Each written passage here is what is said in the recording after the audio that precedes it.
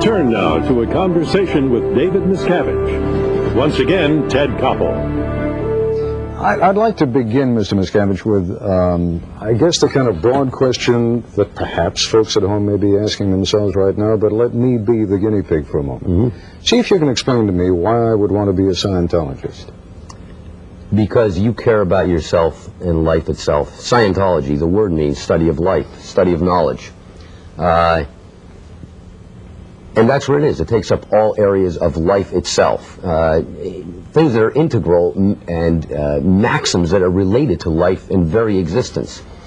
Let me give you an example. It's better if I take that because it is such a broad-ranging subject covering so many different areas. The subject of communication. This is something that major breakthroughs exist in Scientology. Being able to communicate in the world around you. And I think everybody would agree that this is an important subject. Well, there's an actual formula for communication which can be understood.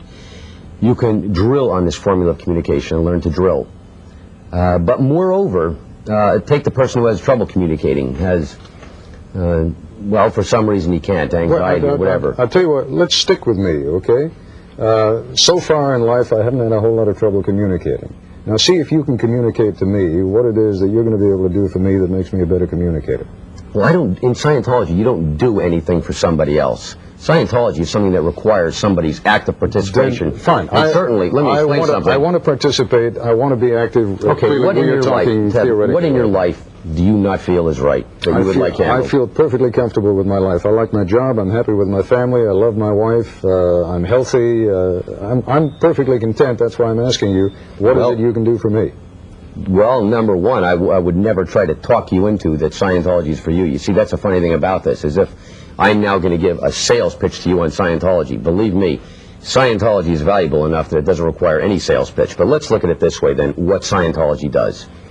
If you look out across the world today, you could say that if you take a person who's healthy, doing well, like yourself, you'd say that that person is normal, not a crazy, not somebody who's a psychotic. You look at a wall and they call it an elephant.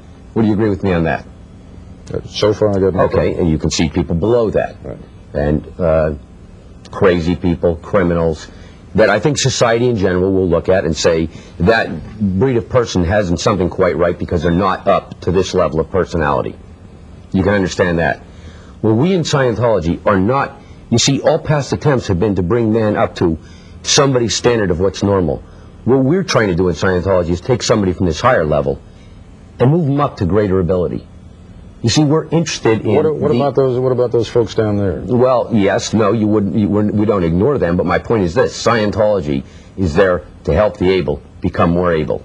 The guy who's going around, he's working, he's trying to make it. These people generally have something in their life that they would like to improve. And in any event, if you can increase that person's ability, the one who's chipping in, the one who's able, and bring him up higher, the sphere of influence that he affects in the world around him can be much greater, and he can get on and do better. Now, Mr. Miscavige, when you and I talked the first time, a few months ago, I said to you I was going to come after you on some of these issues. I am a cynic by nature. I guess that's why I like being a reporter. What you have described to me there fits perfectly with the image that I have of Scientology. Namely, you're interested in folks who are producing. Another way of saying that is you're interested in folks who've got money and who can pay to work their way up the Scientology ladder. That's where you missed the point, because in fact, you know, this subject of money comes up, but you've got the wrong issue there. The subject of money is, where's it going? You see, another part that isn't in that piece, the money in Scientology isn't going to me, it's not going to my colleagues. That's a fact. That's a fact. You can call up the IRS and find that fact out. They've audited our records and seen all of that, and none of that money is going anywhere. As a matter of fact, the officials in the church are paid far less and live far more frugal existences than any other church leader. Our money goes to social causes that we accept. You take these people, we are the largest social reform group in the world, do far more than any other church. For the last 2 years, we've been voted the Community Outreach Group of the Year in Los Angeles. By whom? By the local city council. The Senate of California passed a resolution that's for our work with underprivileged children in California. We work on getting drug addicts off drugs. We support Narconon, which is Drug Rehabilitation Center, using the drug rehabilitation technology of L. Ron Hubbard.